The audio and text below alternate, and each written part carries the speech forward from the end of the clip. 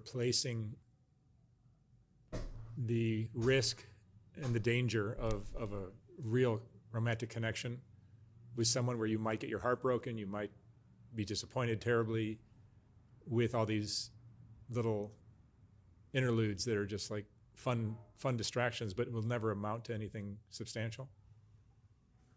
Yeah, perhaps Whoa. in the previously when I would think first, you could feel very empty after a few weekends of that. And it's like, yeah, I think there was a phase where I was a bit lost, and I was at this time also dating like a sadist, so he was super into like beating me and punishing me, and so I think I just didn't understand where my boundaries were, and I think I was doing it so much, that was my life. Dude, I've been skipping back and forth on this. Um, mm, mm, mm. Let me first of all. Sorry. I'm gonna watch this again, I think.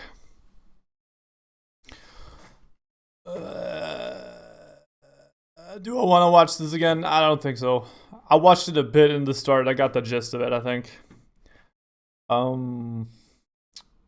Yeah, I think I'm good. I'm just gonna keep Lifestyle playing essentially this. was just, instead of going out to the bar, I was going to sex parties on the weekends, and so yeah, that was my lifestyle essentially. It was just, instead of going out to the bar, I was going to sex parties on the weekends, and Dude, that's not the same at all, man. Going to the bar and going to the sex parties, it's quite the fucking difference. so yeah, Oh my god. you're not wrong. There's definitely, because when love hits you, it's a miracle. And right, there's nothing else like it. right. And having sex with a bunch of random people every weekend or every week or whatever is not a replacement. Yeah, At least for me. For me. it was, yeah. Dude, that it guy's wasn't fucking cool. Essentially what I enjoyed long term, but I do think it created this energy within me that still is flourishing with my partnership now, and I do feel like I found the love of my life now, and he created what I enjoyed long term. What? Replacement. Yeah, At least for me. For me. it was, yeah, it wasn't essentially what I enjoyed long term, but I do think it created this energy within me that still is flourishing with my partnership now, and I do feel like I found the love of my life now, and he welcomes like this side of me, and he wants to continue exploring and growing our sexuality together. Gee, I So it wonder feels- why. Not everyone. We're very we're very cautious of who we bring in now. I mean, Bring in? there's also like crazy STIs and STDs right now. I don't know if you're aware of this. I'm not. Ever since COVID, like people weren't going to the doctors and people weren't getting their check-ins because, it just wasn't as available. And there was just this huge like bloom of STDs. And there were a few sex parties that we were invited to, but we didn't go, where, it's just like little ones where you can just take a pill and it goes away, but still it's like, You could just take a pill and it goes away. What if the pill is like penicillin and it fucks up your whole gut microbiome, man? you don't want it, right? So it makes Obviously. me a little bit more cautious and picky and just aware that that's out there. But of course, when you're having sex, you just have to be aware that that's a possibility.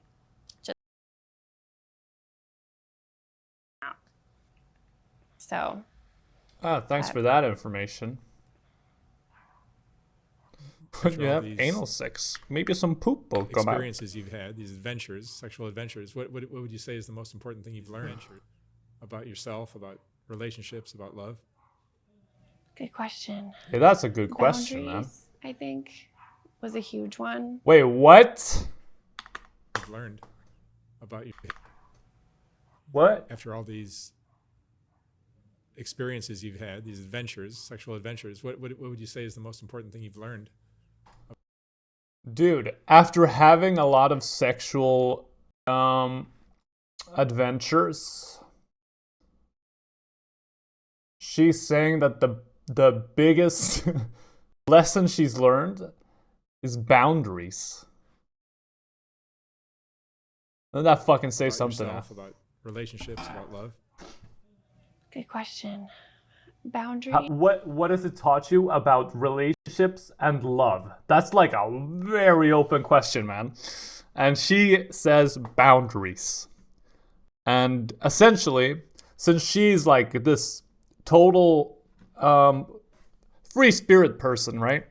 She essentially is leaving all boundaries. She's going to like sex parties, sex dungeons, just having sex with everybody she can. Maybe not everybody she can, but like instant gratification every weekend. And yeah, quite funny that she I think says boundaries is what she's taking away from that in terms of like what she's learned about love and shit. What the fuck? Experiences you've had, these adventures, sexual adventures. What would you say is the most important thing you've learned about yourself, about relationships, about love? good question. Boundaries, I think, was a huge one. You know, there's been multiple times where I've felt my boundaries were crossed.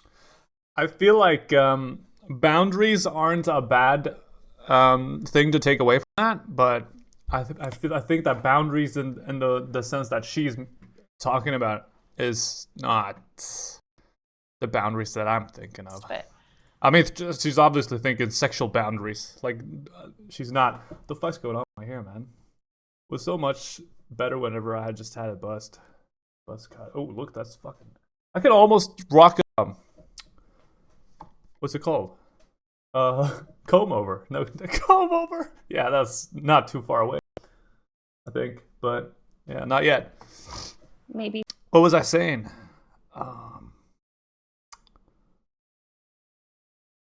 Yeah, I think she's talking about like boundaries about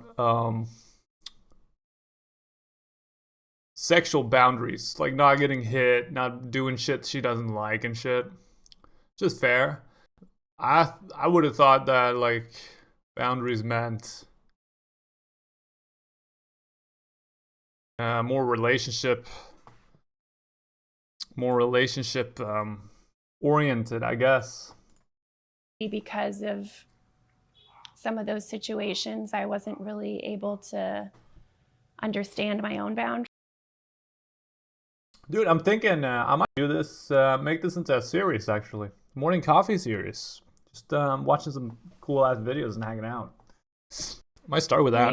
Or even voice them because I don't know why I didn't know. Or, you know, sometimes when you're put in an uncomfortable situation where you thought it would feel good, but then it doesn't,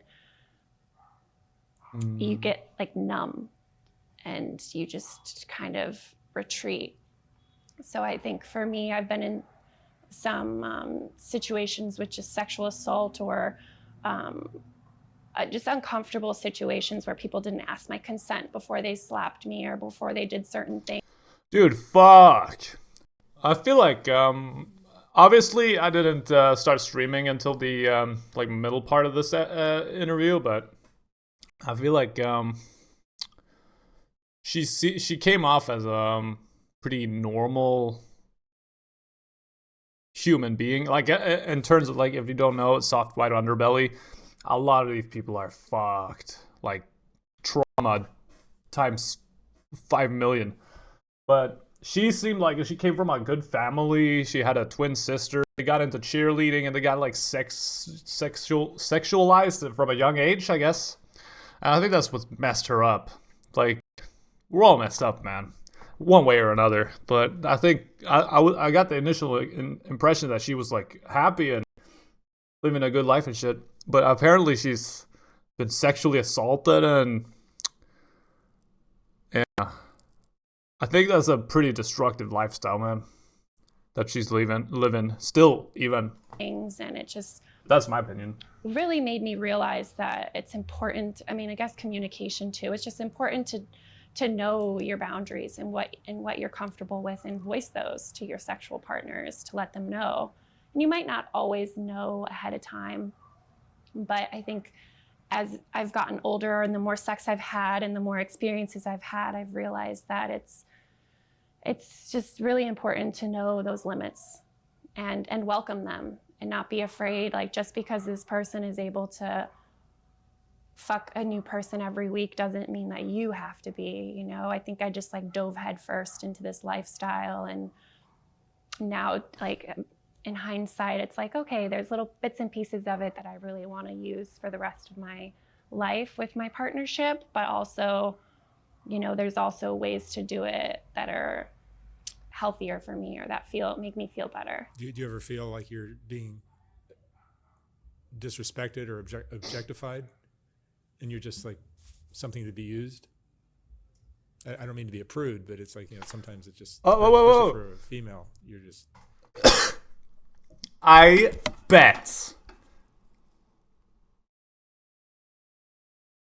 bet that's a kink for her, being objectified. Because she said earlier she's been sexualized since like a young age, and she liked dating couples, which to me is fucking weird. But you know, she liked dating couples. And she liked being there. What would she say? Like their unicorn for the night, and be used. I think she said. She might not have said used, but I think she said unicorn for the night. You're there for one thing. Nobody really cares about your heart. They're just. Yeah, it's more about the pleasure, which is. Yeah, but a fucking pleasure. How much pleasure is it, man? Is why I kind of call it playtime. For me, I guess I can. Because like, what I've come to think about this shit is like, yeah, you can have a lot of like meaningless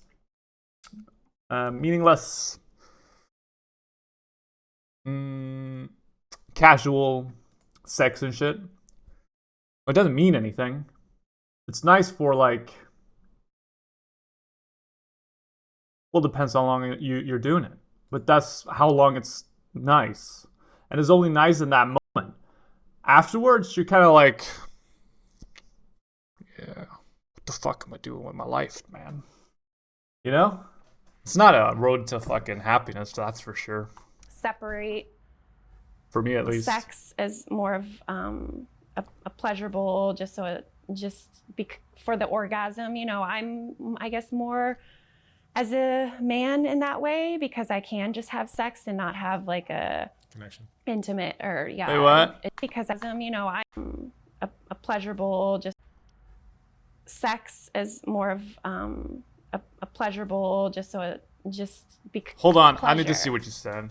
Which is why I kind of call it playtime. For me, I guess I can separate sex as more of a pleasurable, No, you can't. For the orgasm. You know, I guess more as a man in that way. Also, that's not true. Men are not like that. Men, more so than women, maybe, but. She's fucked, man. Because I can just have sex and not have like a connection, intimate or a deep connection. Like I can just want to fuck you because you look good or you have this awesome energy or. Dude, look at what the fuck, man? What the fuck, dude? Everybody thinks like that, but then you need to be able to delay gratification, right? I like your shoes. You know, I don't know. That's a dumb. You can't have instant gratification all the time, every minute, every second of every day, right? Like, ooh, that's a hot chick going down the street. I would like to fuck her, and then you fuck her. What the fuck? Can't live like that, can you? Fuck is that? Dumb example, but I guess you know what I mean. But yeah, there has been. I know what you mean. There has been times. There was a. Like, I like her. She seems like a nice lady. She's just fucked. There was a time when I was at a party Literally. and I was giving my friend head, and this guy was behind. Wait, what? I was giving my friend head. There has been times. There was a time when I was at a party and I was giving my friend head. I don't know, man. I don't pleasure my friends orally. Like, what kind of friends do you have? And this guy was behind me, and he was like coming up to like put himself in me, and my friend was like, whoa, whoa, whoa, aren't you gonna ask her permission first? And I like looked back, and there was this guy standing there that I didn't know. So yeah, it's sad to think that some people see me and want to use me as this hole that they can Yeah, that's so wild, man. At a fucking sex party. penetrate. And that ruined, I mean, the vibe ruined my vibe for the rest of that night. But of course, you're always going to meet some people that are disrespectful and that only see you as an object. But I think I've never been to one of these parties. I've been invited, but I haven't gone. And I can't imagine, though, that lines get pretty fucking blurred at these parties. as long as I see myself as Boundaries, more rather. than that, and I know what I'm signing up for and why I'm here and why it feels good, and You're just having some fun. yeah, I'm just having fun ultimately. Exactly. Have you ever had Well, he did too. someone you've fallen in love with and you just want to be with them and no one else? I love how he's Yeah, I mean, fishing. I guess I was in a few monogamous relationships before, like in college and in high school. It's hard for me to imagine because I really love women and female bodies, and so I don't know, maybe I'll end up with a woman someday, but I'm pretty madly in love Cool, with my dude. current partner, and he's a male. I don't know. I guess I like the fantasy of having a core man and then also having a woman. So The best of both worlds. yeah, I guess I do want Yeah, man. Grass is always greener on the other the side. best of both worlds. But I also think that maybe that'll go away. I don't know. I guess What? I'm just open to whatever feels good. And as long as, like, if my partner came to Dude, me how old tomorrow is and she? was like, listen, I Go away. don't want us to be with other people, then yeah, I'd probably say, okay. Like, I love you so much. Yeah, of course. Oh, man, what? Fetish interview. I thought it was a Barbie fetish. I was like, when is it gonna start? But I think with Being both about of Barbie. us, we both love it. I mean, who wouldn't?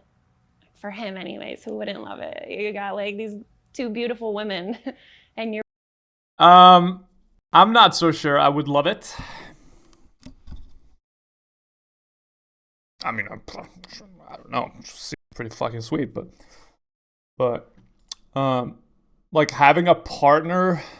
Actually, I don't know if it seems too sweet at all. Actually, having a partner, that is into women as well. Like she's into women as well.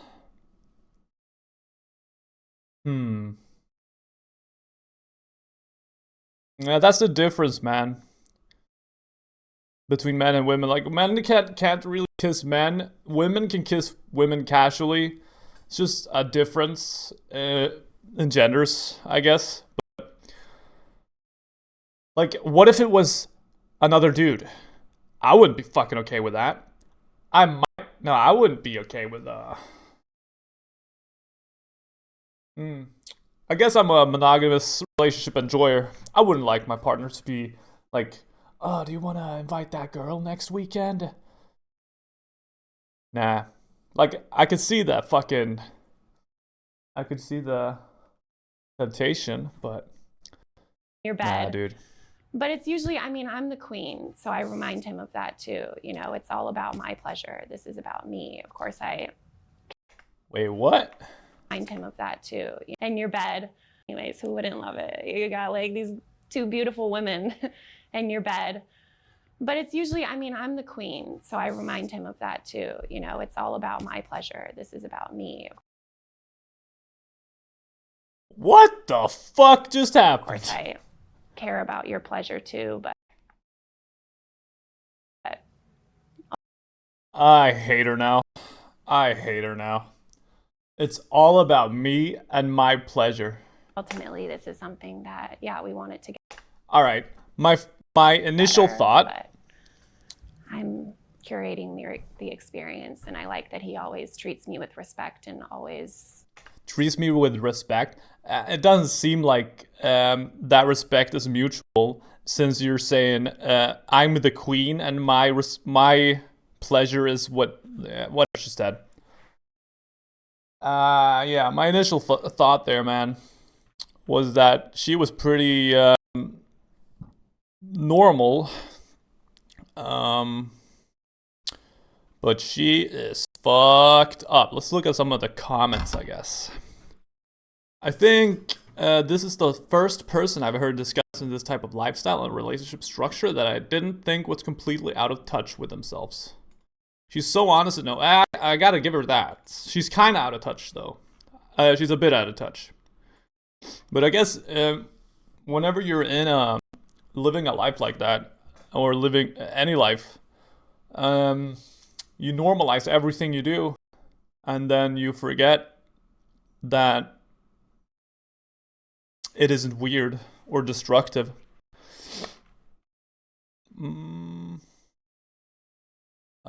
So actually, she's able to like listen to his questions was really good, like really good. I'm gonna give it a like. She's able to listen to them and like answer them honestly. I felt so that's cool. It's a lifestyle that isn't for me, but I understand her viewpoints, and I actually respect her a lot.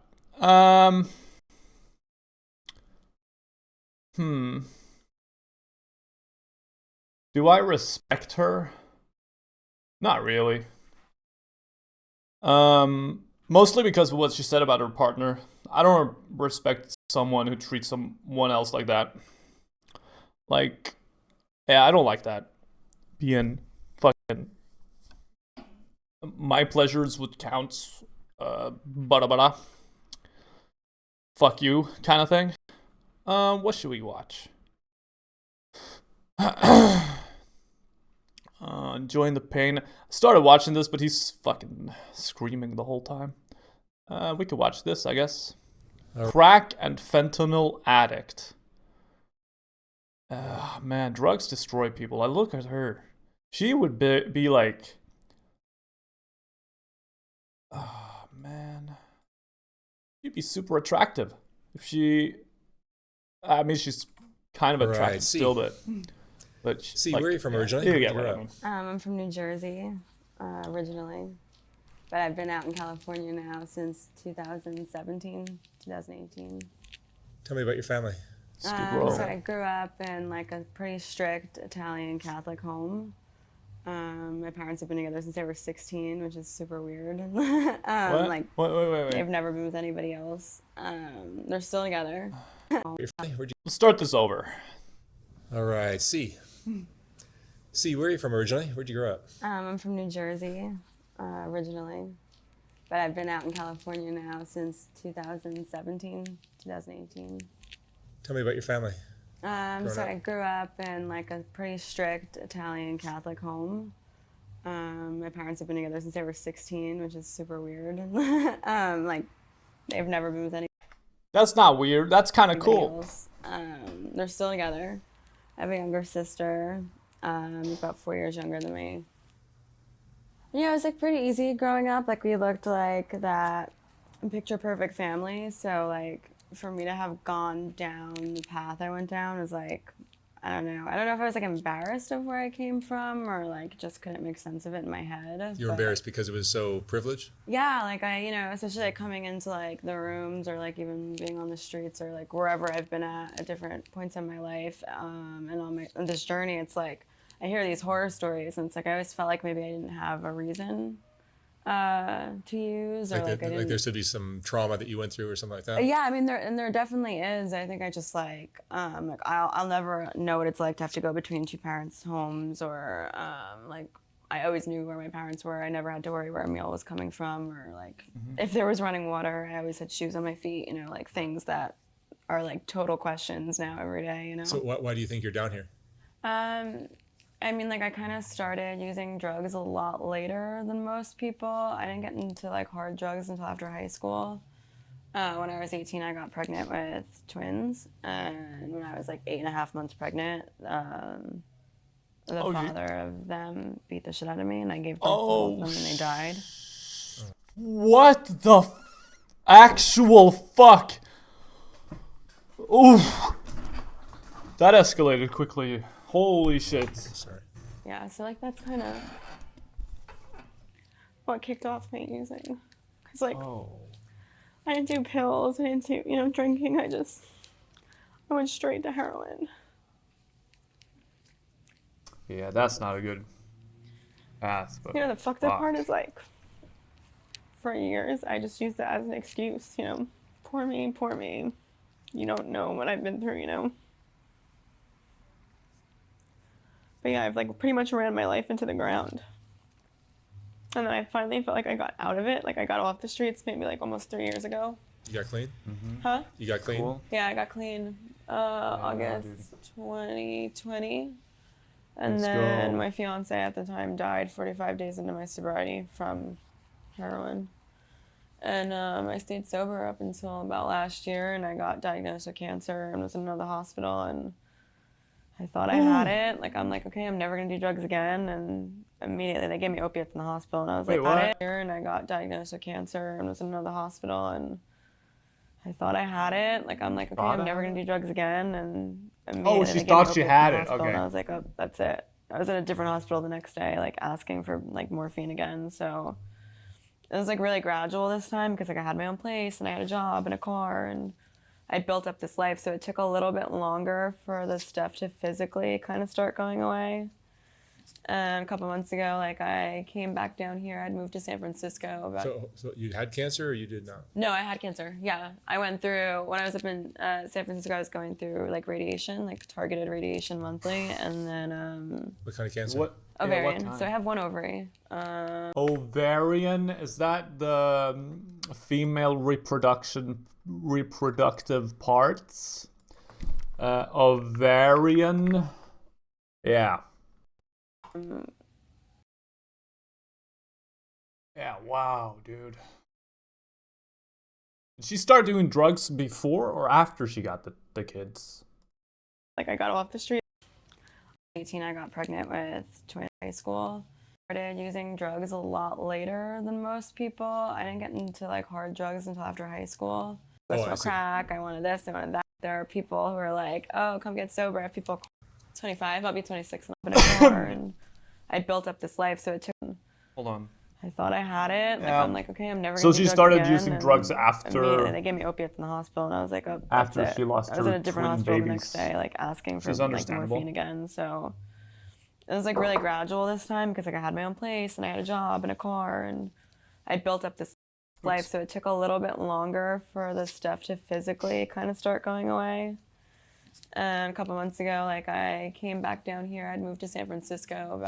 So you had cancer or you did not? No, I had cancer. Yeah, I went through when I was up in San Francisco. I was going through like radiation, like targeted radiation monthly, and then What kind of cancer? ovarian. So I have one ovary. The hope is I can have kids again one day. I think that's like also So super triggering. to ovarian, me. is that an egg thingy? How old are you? 25. I'll be 26 in October.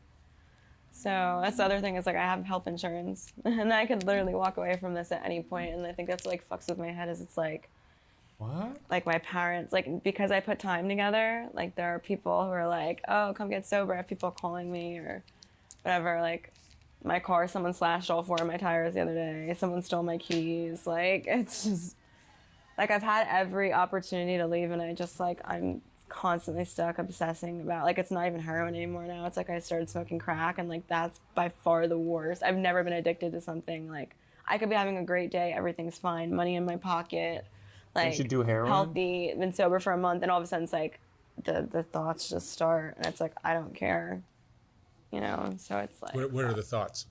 just like how like it's like crack all day. Like I want to go Oh, I smoke see. crack. I wanted this. I wanted that. Like I don't know. I don't I know thought what heroin it is. was It's the like most addictive shit. like with heroin, you're physically addicted. Like that makes sense to me. Like I wake up and I'm sick, I have to use. You know, it's like, oh, I don't want to go detox and I want to go through the pain. But like with it's something like a crack cocaine, it's like there's no physical withdrawal. I wake up the next day and it's like maybe like I'm tired or I'm irritable, whatever. You take a shower, you eat, you're fine. But it's like No withdrawal from crack. I smell bullshit.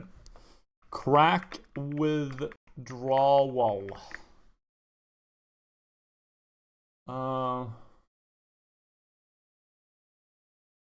Do you get? Obviously, I've never smoked crack.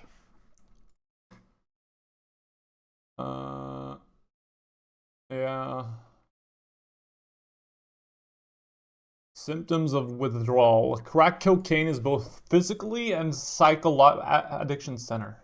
I guess we could trust these guys. Because addiction to crack can be so hard to overcome, users are generally advised to go through detox and rehab. There are two phases of withdrawal: acute withdrawal, which refers to the immediate symptoms, and protracted withdrawal, or post-acute withdrawal symptoms, which refers to the extended psychological symptoms that may occur weeks or months after quitting use.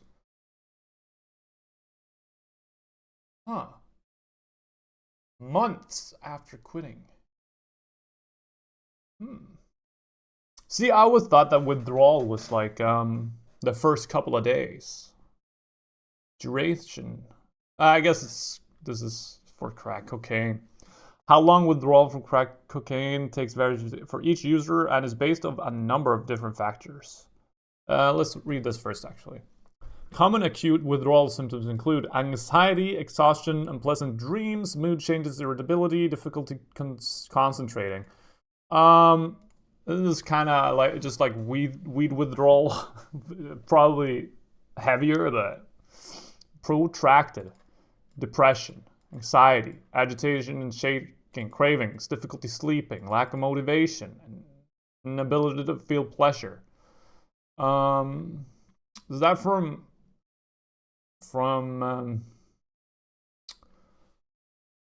is that from abusing your dopamine system for so long? Oh shit. Also read this. During the first 72 hours of withdrawal, users may experience symptoms. Are you or a loved one seeking treatment for an addiction? Not currently, man. But we'll see. There have also been reports. If you asked me 3 days ago, maybe there have also been reports of hallucinations during this period, though they are rare. It is uncommon for anxiety, insomnia, and severe fatigue, irritability. It is not uncommon. Okay, I thought so. Yeah. During the first full week of withdrawal, other symptoms often set in, including irritation, extreme fatigue, trouble sleeping. So this goes on for weeks. Holy shit. During week 2, craving for the drug become more intense. During week 2. Holy. You gotta suffer a long time before you get out of this shit. I guess that's fair enough, though, since I always look at drugs as borrowing happiness from the future. So I guess like if you smoke crack cocaine for 2 years and you're like living on that high for that long, and then you need to do 4 weeks of fucking intense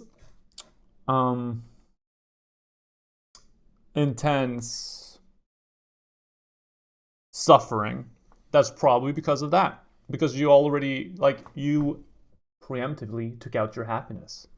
And now you gotta live without it for, you know, a specific amount of time. Quick nicotine detox. Drugs that may be used during... Yeah, like, I don't know, man.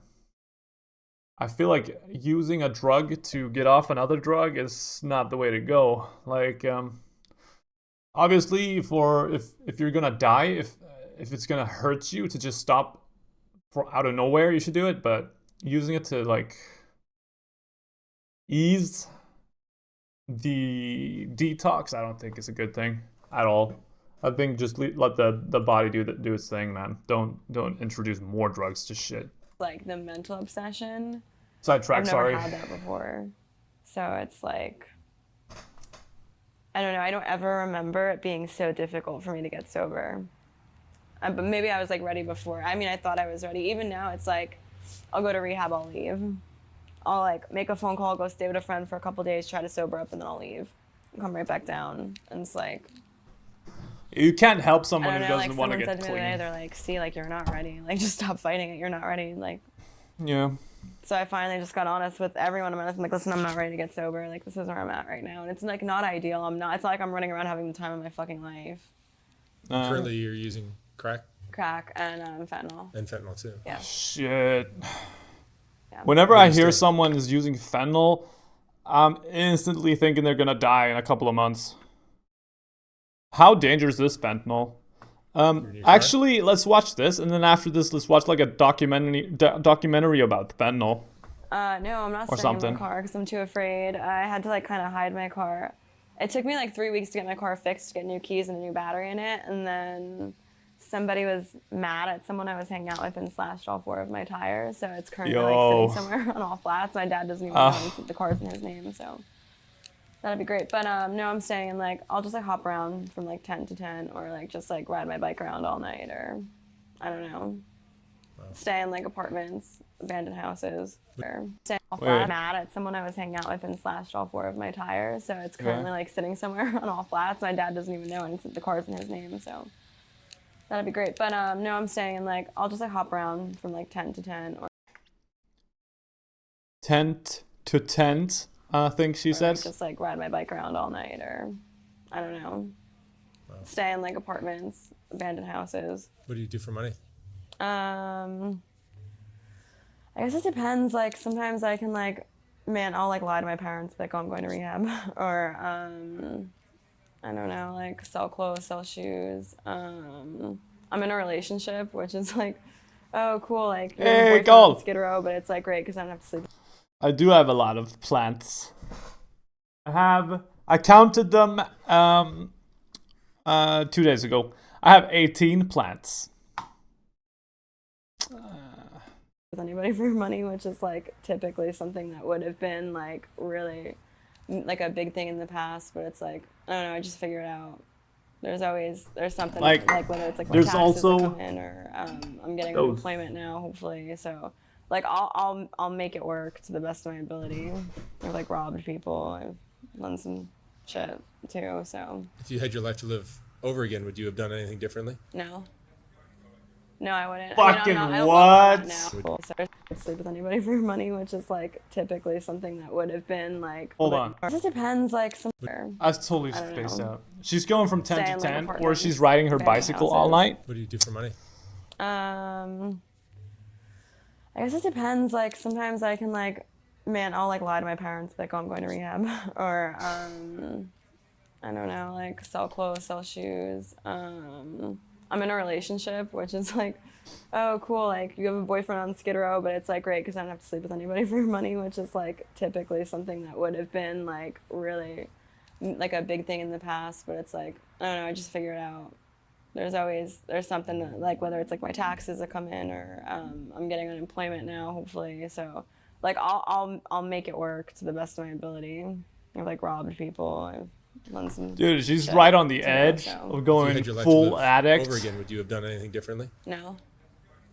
No, I wouldn't. I mean, I don't love where I'm at now, but like, even when I was sober, like before I ended up down here, like even on my way coming down to go to rehab, like I'd stop here and like, I just moved everything out of my apartment in San Francisco, so like I had a bunch of blankets and pillows in my car and clothes, and that's like, I'll get out of my car and I'll like be like, oh hey, what's your name? Like, you want some water? You want a blanket? Like, I asked people the same couple of questions, like, what's your name? Like, what's your situation? Like, why are you down here? And like, what are you passionate about? Because like, I remember last time when I was homeless out here, like, it's weird because like you're invisible to like this like certain class of people. It's like, oh, they're grabbing their purse, they're grabbing their kids, they like don't want to be near you. But then it's like you're also like super exposed, like everyone, like, you know, like there's nowhere to really hide. You don't have anywhere to go.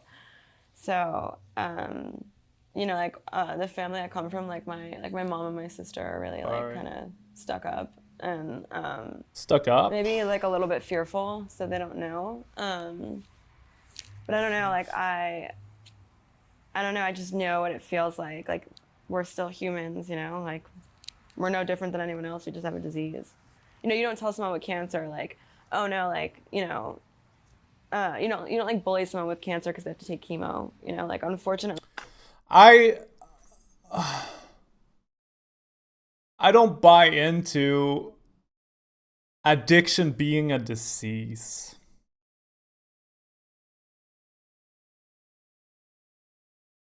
Disease for me sounds like the wrong choice of word. Oops, sorry. I would like mental illness would be probably better. Illness. Let me see.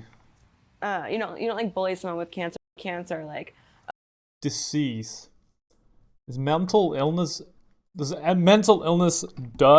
mental illness count as a disease? It's a medical condition just like heart disease, diabetes.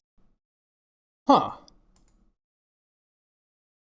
Mental illness is like any other medical illness. Huh. So maybe I accept that it's a disease then. But I think that disease is... You should really call it a disease. Because when you think of disease, you think of like cancer and shit.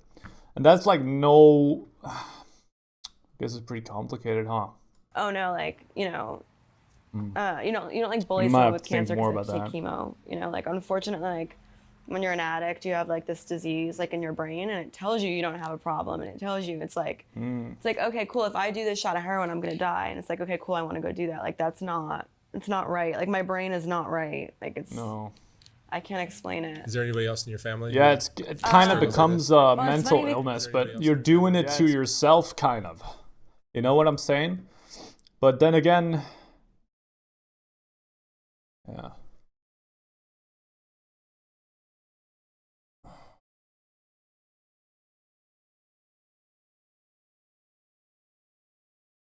I mean, it's a self-inflicted disease, right? But not really, but still it is. Because at some point or another, you have to put a drug in your body. And if you didn't do that, you wouldn't get the disease. You know? So it's like eating a muffin that's laced with cancer. No, that's a bad fucking what is it called?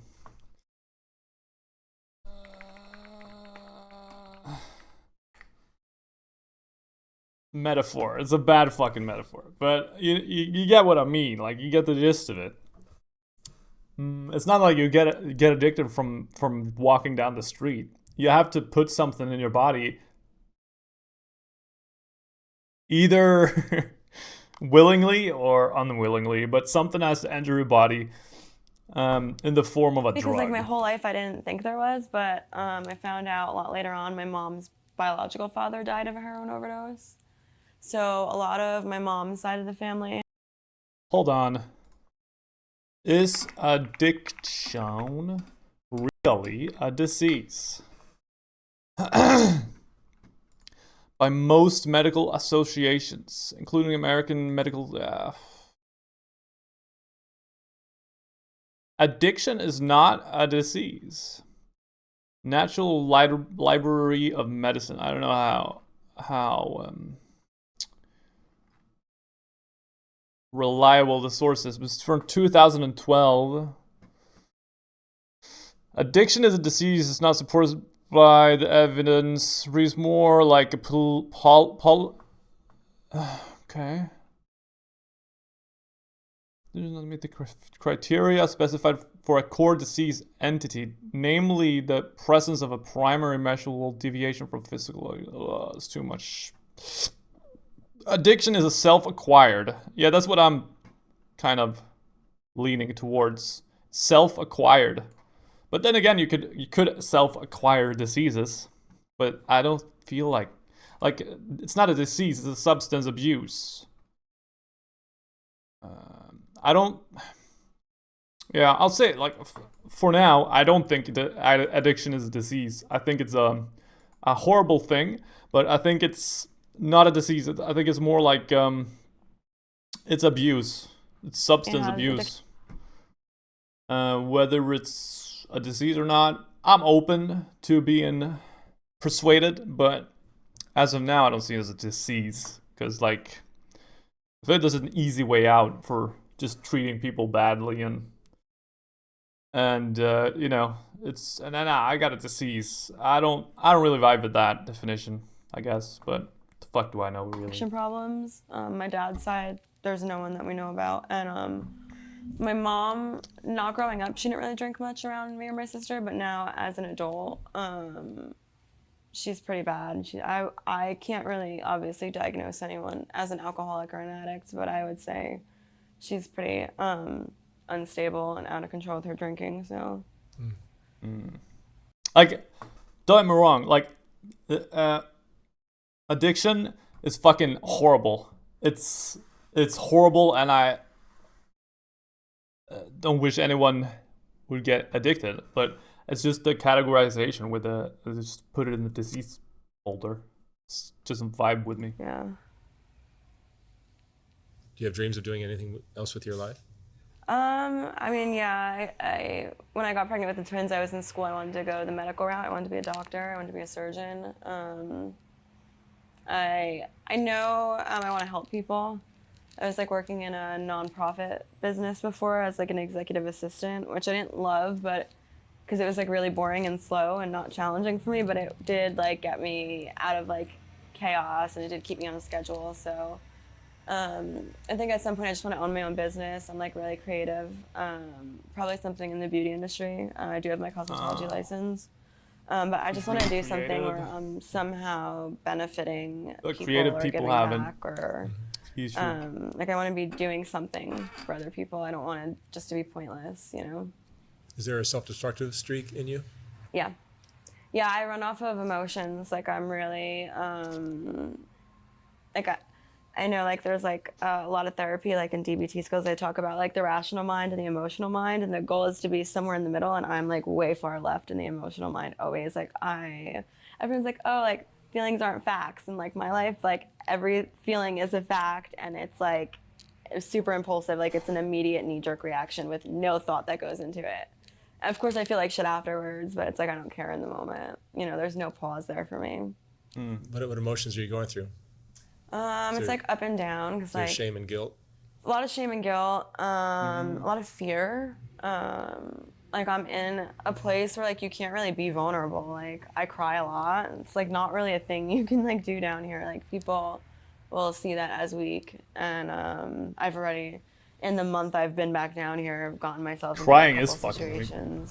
So, you know, it's like fuck. I don't know. I try to be strong.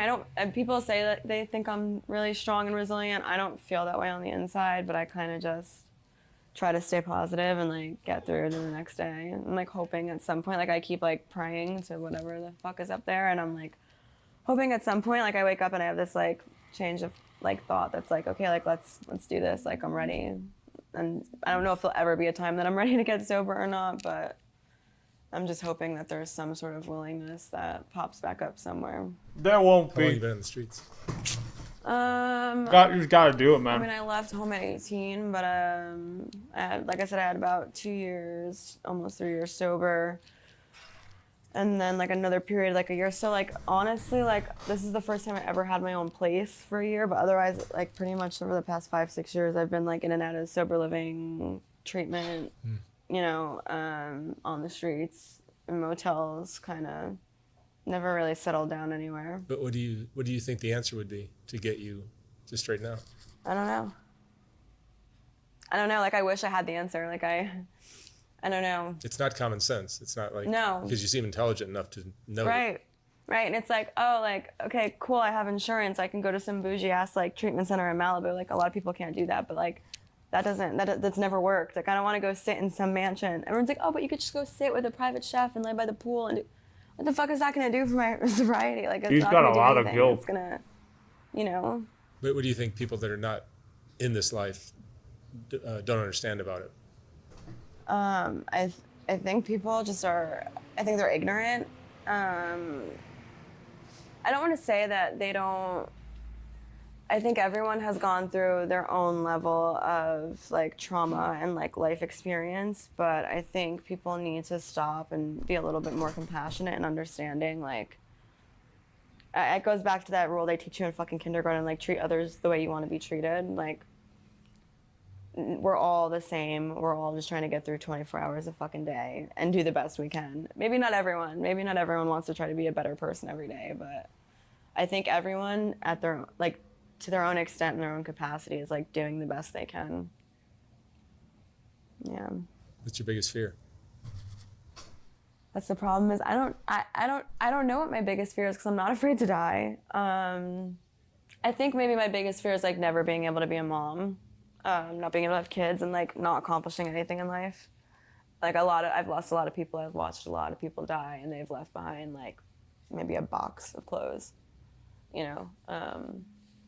I at least want to be remembered for something great, you know.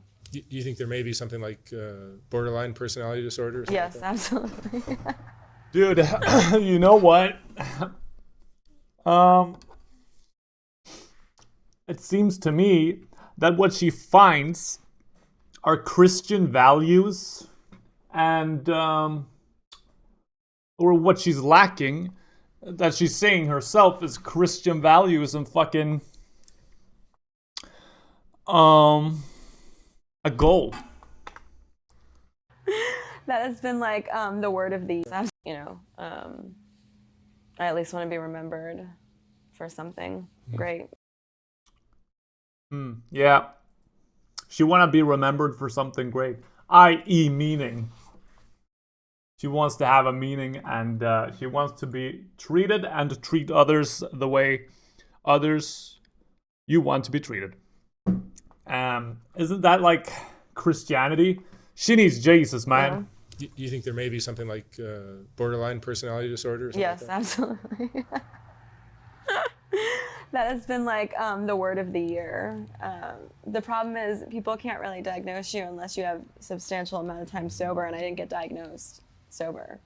So it's like there's that up in the air. Is that what you suspect, though? I don't know. I think that I'm easily persuaded. Maybe. You're impulsive? Extremely. Yeah. Extremely impulsive. Definitely a fear of abandonment.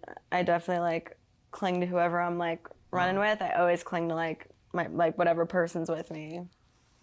So I think borderline would be an accurate diagnosis. But like when I was sober, I would tell you the What the complete fuck opposite. does she know, So, honestly? I don't know. Honestly, What's she your greatest knows strength? more than me since it's her, Probably but like the fact. people are self-diagnosing themselves all the time. And I don't like it. Like, the fucking everyone you meet now is like, yeah, I probably have ADHD. No, you don't. You're just not disciplined. Just like me. My friend told me, dude, I think you got ADHD. I was like, you think? I'm sure. It's like, no.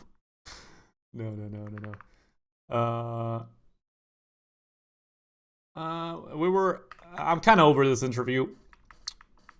Fentanyl.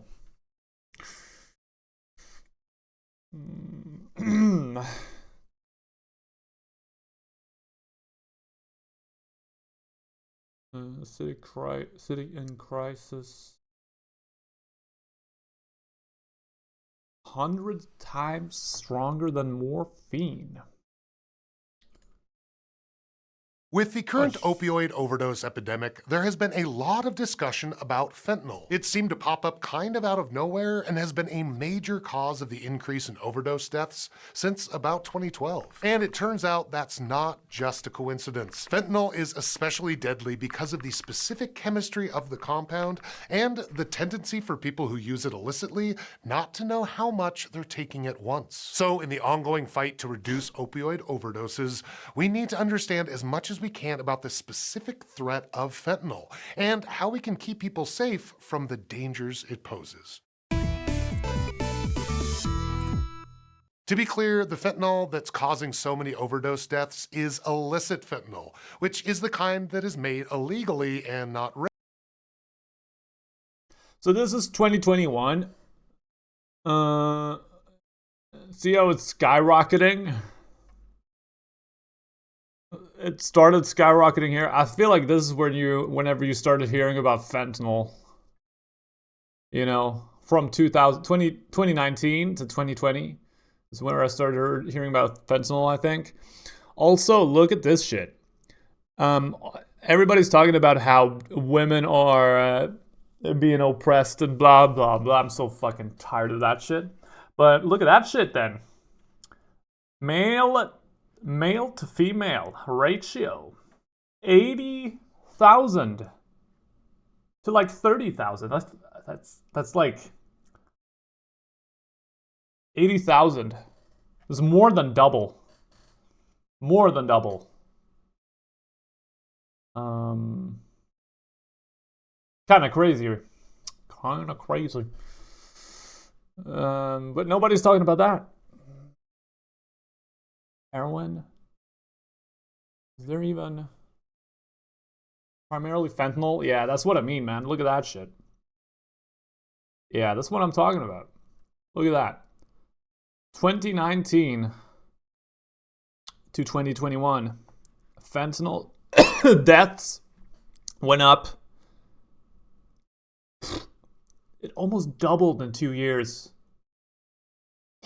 It doubled in like 4 years. Then it doubled in 2 years. I wonder what it's like in 2023 now.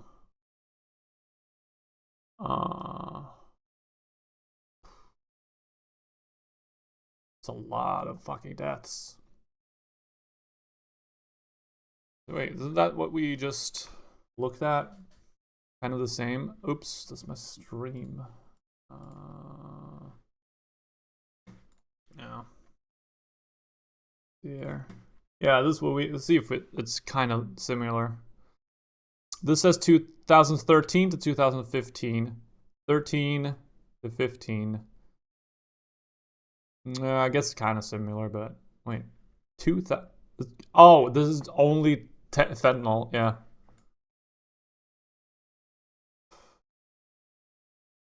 Also, this fucking flies. I'm so tired of them. Get it.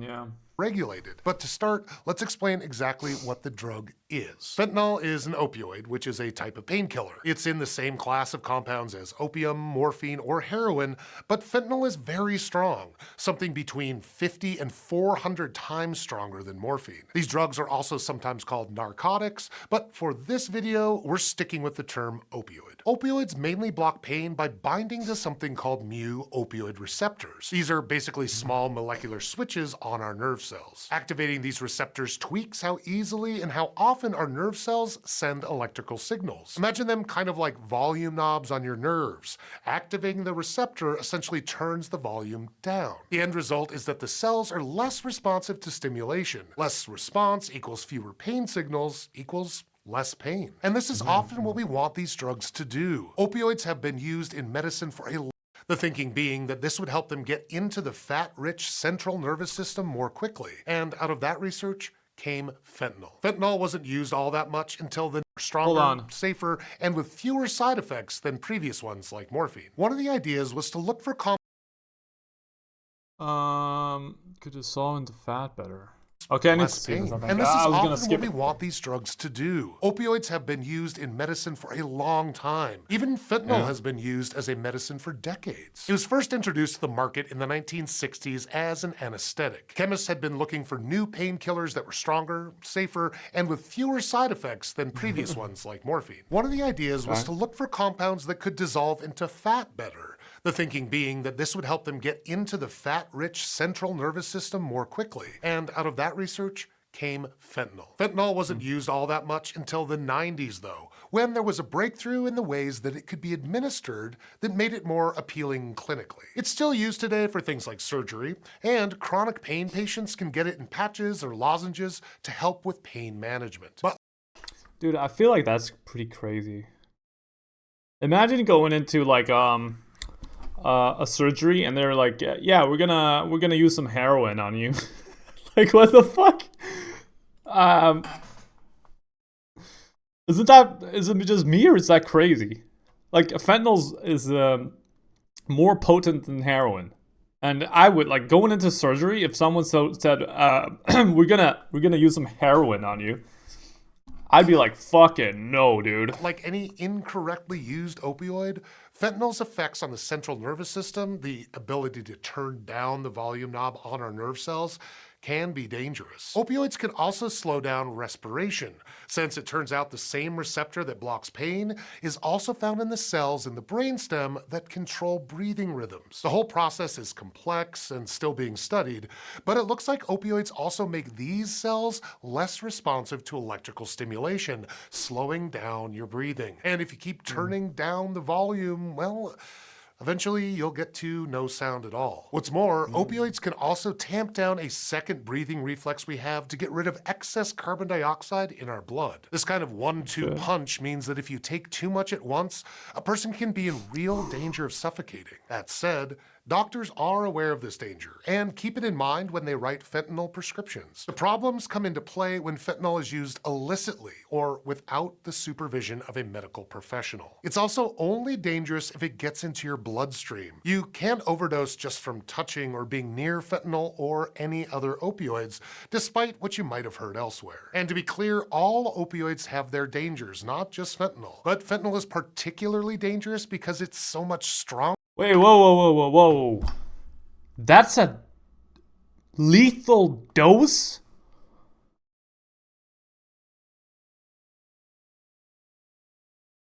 I honestly don't know how large this coin is because I'm from Sweden, but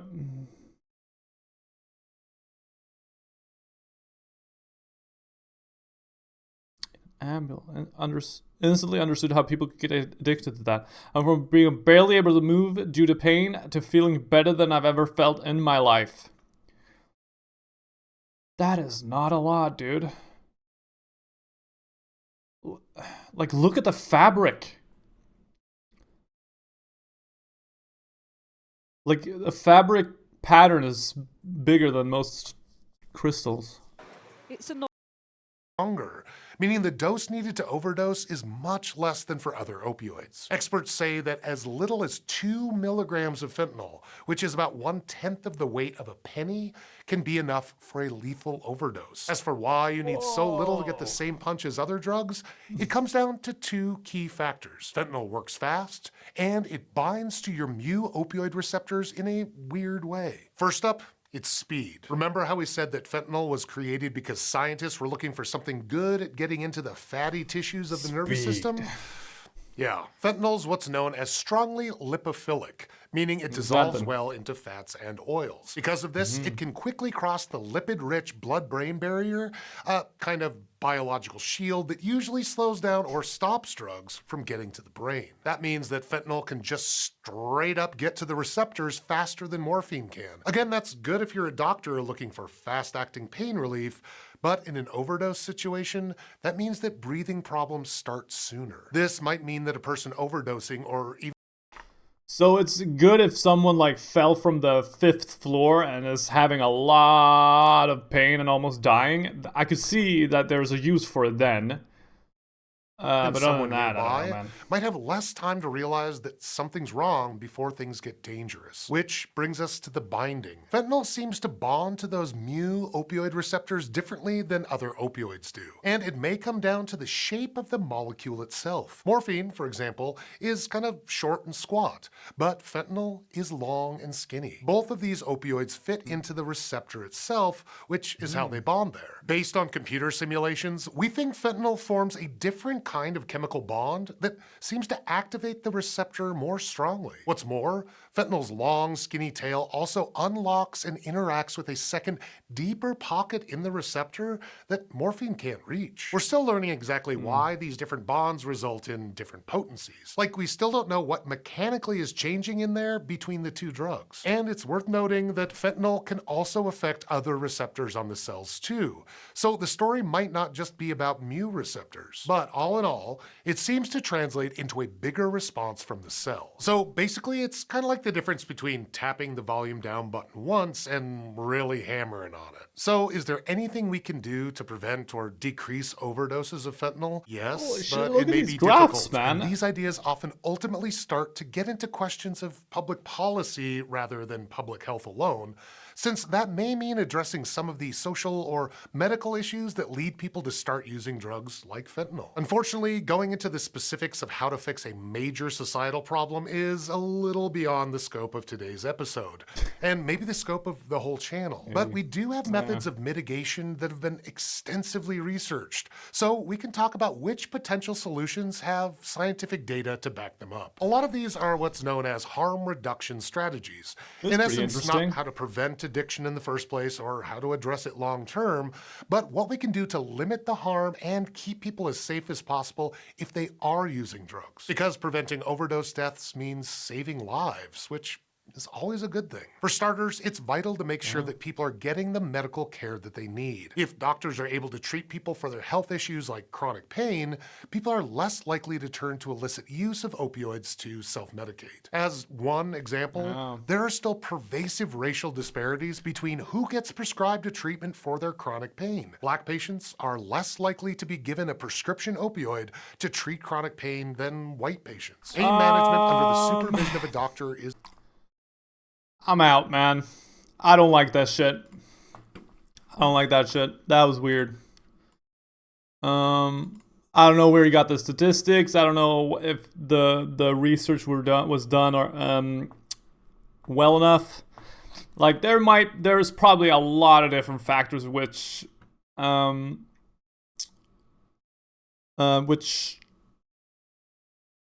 result in those statistics. Normal afternoon on the doorstep of San Francisco's main government building. Are they wearing two pants?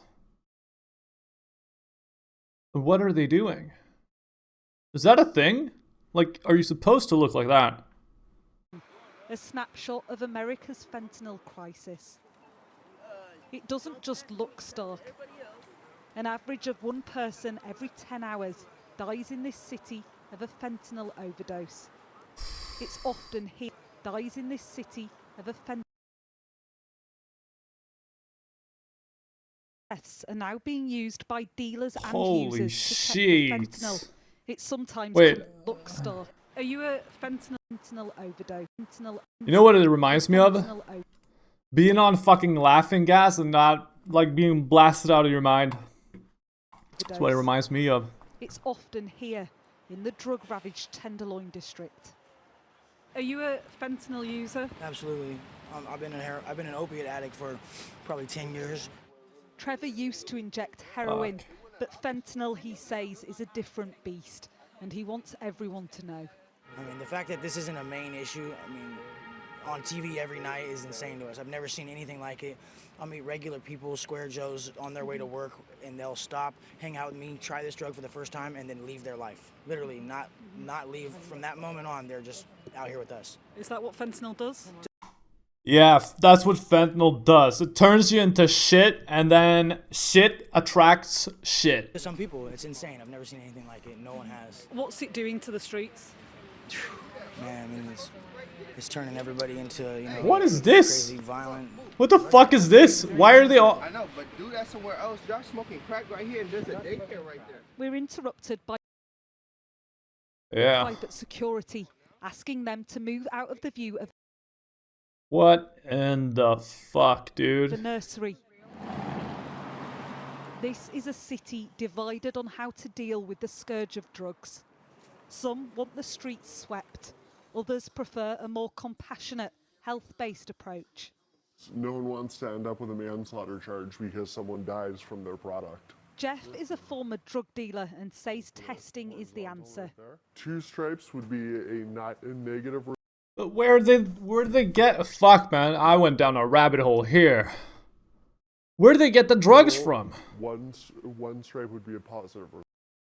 That doesn't seem like it was cooked up in a secret lab in a basement somewhere. That looks like fucking someone's making a profit out of this.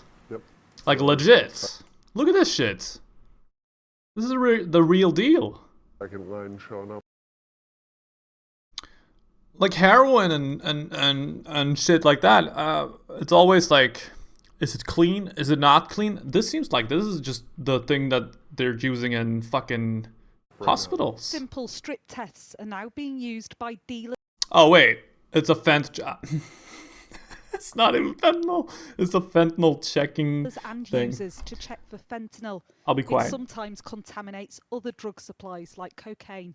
I know you work with one of the largest Mexican street gangs, helping test their cocaine to make sure it doesn't have fentanyl in it or traces of fentanyl in it. How does that work? Yeah, that's a big issue in Mexico, right? They lace pills and shit. They lace medicines with fentanyl, and people are just dying. If customers start to notice that people are dying from a batch of cocaine, and that the Not just cocaine, man. autopsy Everything. results are showing that it's because of an opioid overdose, no one's buying that cocaine anymore. I mean, it just doesn't make financial sense to kill your customer base. Across Why is there fentanyl in cocaine though? Like, what is it doing in there? town, beside a homeless encampment, a charity has set up. Oh wait. Syringes. I thought it was I thought you smoked fentanyl. They hand out clean syringes and So you inject it. overdose reversal treatments. How has fentanyl transformed your home? People are I thought that was I was wrong then. I thought you smoked it. I didn't know you injected it as well. It's just like heroin. I thought that was a big thing. Like needles that's a big step up from like smoking shit. So I thought that it was like an easier drug to get into since you smoked it, but you don't smoke it apparently. People are dying. A lot more people are dying. And it's in a lot of the drug supply, and people are doing it without knowing they're doing it. And it's made substance use horrifyingly deadly. It's difficult to believe at times that this is one of America's great What? historic cities, home to more billionaires than anywhere on earth. This is 2 streets from the head. Dude, look at this, man. But why are they doing this shit? I don't understand the pose. Is this the fentanyl pose? Like, what the fuck? I'm making fun of them, but, like, I feel bad for them, obviously, since they're fucking addicts, but what are they doing? Like, why don't they sit down first? I do not get it. Quarters of Twitter. Maybe it's so It's an addictive you open can't be air bothered drug to even market. sit down before you It is inject a it. You tragedy just with stand no and fucking... easy resolution. This doesn't seem like nice at all. I want to look at this. After that, I'm pretty much done with the morning coffee thing. I think. On the brink of death after being exposed to fentanyl, the deputy, saved by his partner who was equipped with the life-saving medicine known as Narcan, We do want to warn you what you're about to see is difficult to watch. Yeah, I don't care about this though. Die after Five Eye was exposed to fentanyl while processing drugs at the scene of an arrest. How, like, we just watched a video that said you can't get affected by it if you don't inject it. So did he like touch, did he accidentally inject it? In early July. That discovery caught on Five Eye's own body cam just minutes earlier. Yeah, it's a powder. Could be cocaine or fentanyl. It tested positive for fentanyl. The synthetic opioid is 50 times more potent than heroin, and exposure 50 times more potent than heroin. to just a few small grains can have deadly consequences. And Five Eye, and exposure to just a few small grains can. But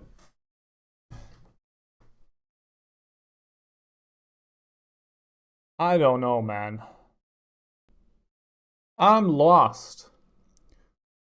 It said you can't get affected by being around it, but now being exposed to a few grains can cause you to die?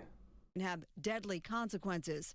In Five Eye's case, the exposure and his reaction to it was almost instant. A couple seconds later, he took some steps back and he collapsed. I ran over to him and I grabbed him and he was ODing. Corporal Crane was equipped with the nasal spray Narcan, a How? Did he, like, accidentally snort it? Later, he took some exposure and his grains can have 50 times Cocaine or fentanyl. just minutes earlier. Yeah. That discovery caught on Five Eye's own body cam just minutes earlier. Yeah, it's a powder. Could be cocaine or fentanyl. It tested positive for fentanyl. The synthetic opioid is 50 times more potent than heroin, and exposure to just a few small grains can have deadly consequences. In Five Eye's case, the exposure and his reaction to it was almost instant. A couple seconds later, he took some steps back and he collapsed. I ran over to him and I grabbed him and he was ODing. How? Like, dude, when they're searching cars, shouldn't they be wearing masks and gloves and shit? Corporal Crane was equipped with the nasal spray Narcan, a prescription medicine that rapidly reverses the effects of an overdose. Still, Five Eye needed more. Here he is, in his own words, still emotional. My lungs just locked up. I couldn't breathe. I was trying to gasp for breath, but I couldn't breathe at all. Five Eye, you okay? Talk to me. Oh, no. Don't be sorry. You're okay. I'm sorry. Oh my god, Don't be dude. sorry. There's nothing to be sorry about. I got you, okay? I'm not gonna let you die. Dude, what a Deputy fucking Five hero, Eye man. taken by ambulance, overdosing again and again on his way to the hospital. But without his partner and that Narcan, he knows he would have been just another statistic in this country's deadly drug overdose epidemic. I'm Deputy David Five Eye, and I almost died of a fentanyl overdose. Over the last Oh. Whoa, man. Yeah. Yeah, God bless him, man.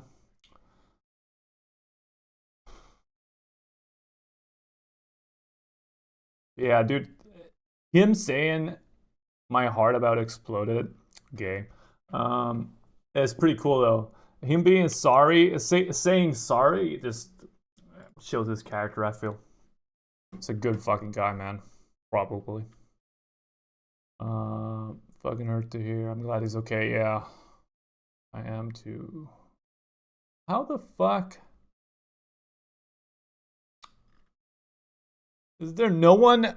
He has a very good partner. There's nothing to be sorry about. I'm not gonna let you die. Yeah.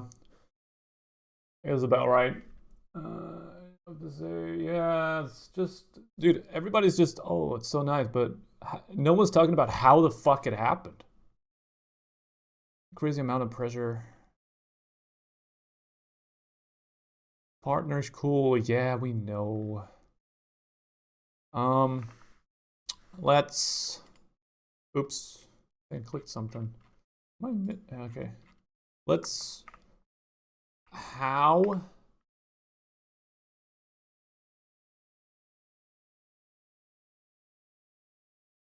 I needed 10 doctors and 3. How terrifying. I'm crying, this is emotional. The fuck?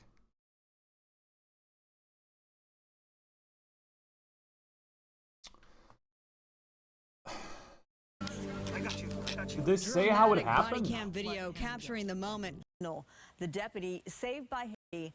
Shocking body cam video released tonight by the San Diego Sheriff's Department. It shows a deputy on the brink of death after being exposed to fentanyl. The deputy saved by his partner who was equipped.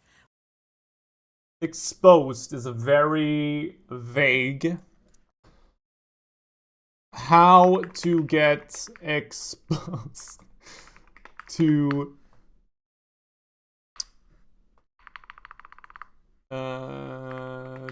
fentanyl. Okay. Okay. I see. It's what I said, man. This is exactly the first 2 things. The first 2 things are my initial thoughts. 2 things are my initial thoughts. Exactly. Responders are likely to come into contact with a mixture of illicit drugs during routine job duties. Center of Disease Control and Prevention. Yeah, people who work with this. These mixtures of illicit drugs can include cocaine, methamphetamines, cannabinoids. Cannabinoids? Never heard that. Cathinones, opioids, fentanyl, aspartame. Responders should follow the department's analyze the incident. But where's the thing? Let me do this.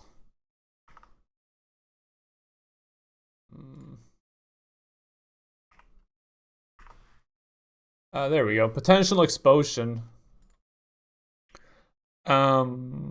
Illicit drugs can be in powder, pill, or liquid forms. Emergency responders can come in contact with illicit drugs by breathing, eating, hopefully they don't do that, touching eyes and nose, this is probably possible. Eyes, nose, mouth directly. Liquid illicit drugs absorbed by the skin. Being stuck by a needle. That's what I thought, but yeah. Breathing. Dude, the first thing I said, shouldn't they have gloves and mask whenever they're searching a car that might have fucking drugs in it? Like, it's a horrible thing that happened, and it's easy for things to go like that. Whenever you get too comfortable at your job is when accidents happen, and they're probably just too comfortable. Can't be bothered to do the routine shit. Or they were really badly informed. But they seemed like really good dudes, so I would assume the first one. Well, that was the first morning coffee episode, I guess. I went for about a little bit more than an hour. Could be good. 1 to 2 hours, I guess, will be the episodes.